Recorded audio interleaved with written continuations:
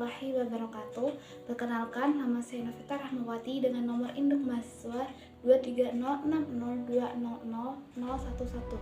Di sini saya akan menjelaskan mengenai efek fotolistrik guna memenuhi tugas ujian akhir semester mata kuliah Fisika Modern dengan dosen pengampu Ibu Erna Rizpaula Kusumawati.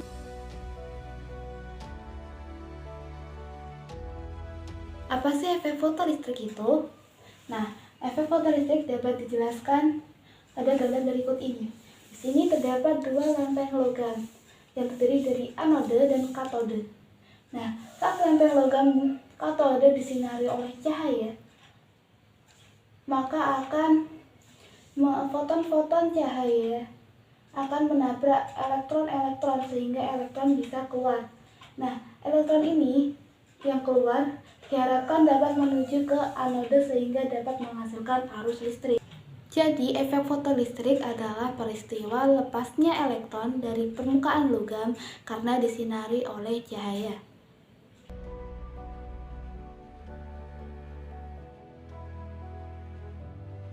Syarat terjadinya efek fotolistrik yang pertama yaitu frekuensi sinar yang dijatuhkan lebih besar dari frekuensi ambang. Yang kedua yaitu panjang gelombang yang dijatuhkan lebih kecil dari panjang gelombang ambang.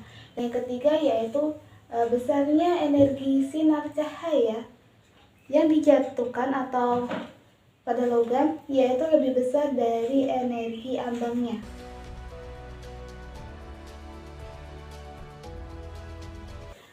Percobaan efek fotolistrik pertama dilakukan oleh Heinrich Rudolf Hertz pada tahun 1887. Nah, pada percobaan ini satu tabung yang berhampa udara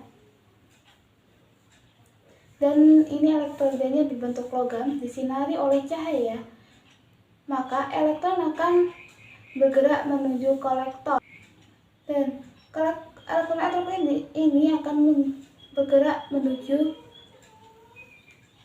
amperemeter atau dapat dibaca oleh amperemeter.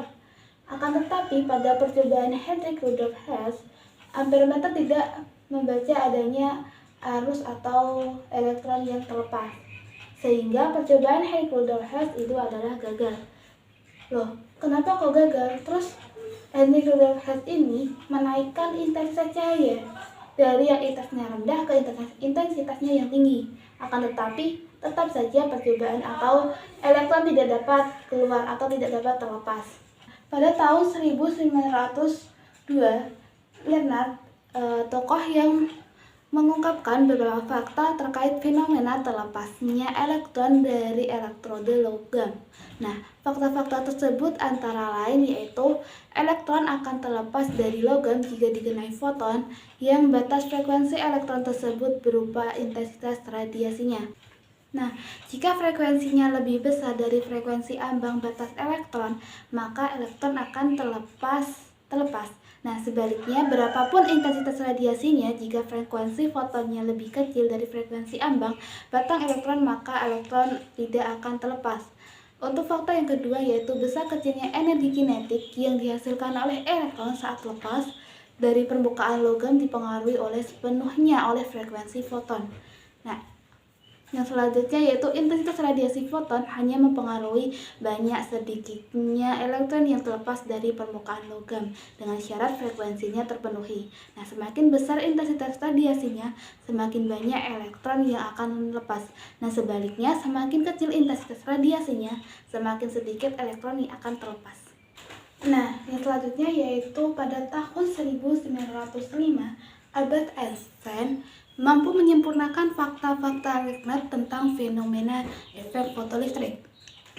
Poin utama yang ditekankan Einstein terkait fenomena efek fotolistrik tersebut adalah sebagai berikut. Di antaranya yaitu yang pertama, radiasi gelombang elektromagnetik membawa paket-paket energi dalam bentuk foton. Nah, besarnya energi foton sebanding dengan frekuensinya. Itu artinya bahwa energi foton tidak dipengaruhi oleh intensitas radiasinya. Yang kedua yaitu besarnya energi kinetik yang dihasilkan oleh elektron sebanding dengan selisih selisih energi foton. Nah, dan fungsi kerja atau energi ambang logam.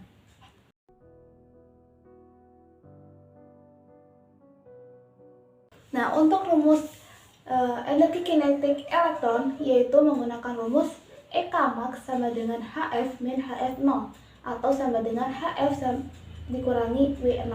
EK ini merupakan energi kinetik maksimum elektron dengan satuan Joule. H merupakan tetapan Planck yaitu 6,6 dikali 10 pangkat min 34 Joule sekon. Untuk F sama dengan frekuensi foton dengan satuan Hertz atau Hz. Untuk F0 merupakan frekuensi ambang batas dengan satuan Hertz juga.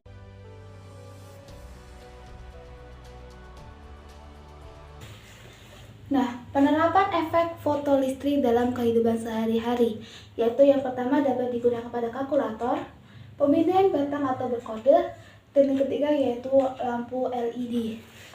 Nah, di dalam kalkulator terdapat sel-sel fotolistrik. Setelah terkena cahaya, elektron di dalam sel fotolistrik tersebut akan terlepas, sehingga menghasilkan energi listrik. Nah, energi listrik inilah yang bisa menyalakan kalkulator.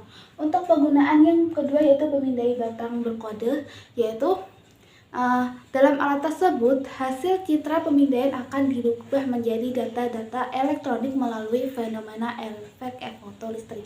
Dan yang ketiga yaitu pada lampu LED. Nah, lampu LED ini termasuk salah satu perangkat fotonik, yang itu perangkat yang cara kerjanya memanfaatkan radiasi foton. Nah, itulah mengapa lampu LED ini bersifat lebih hemat listrik daripada lampu-lampu yang lainnya.